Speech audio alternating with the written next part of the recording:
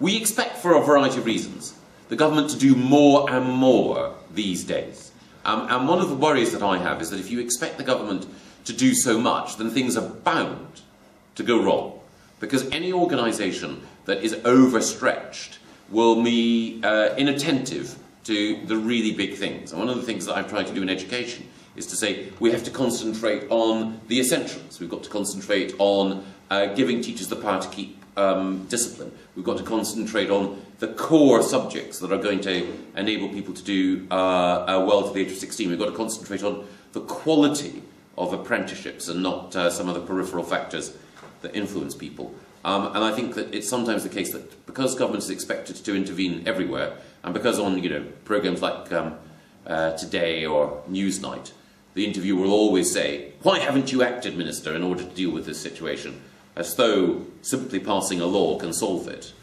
In the last government, they did just pass a law in the hope that they would solve it, or they did just set up a new unit, or establish a new edict. And one of the consequences of that is that people's expectations of the capacity of government to wave a magic wand and achieve things have gone out of kilter with the ability of government to achieve things.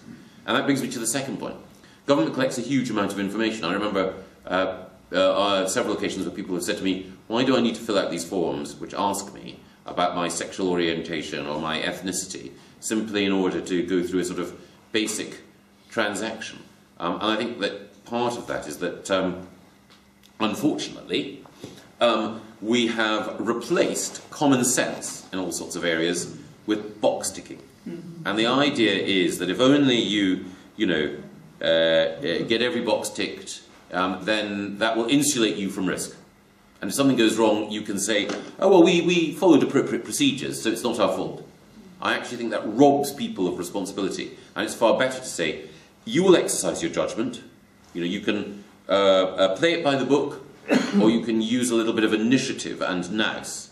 And if things go well, you'll be rewarded. If they go badly, then, take the consequences.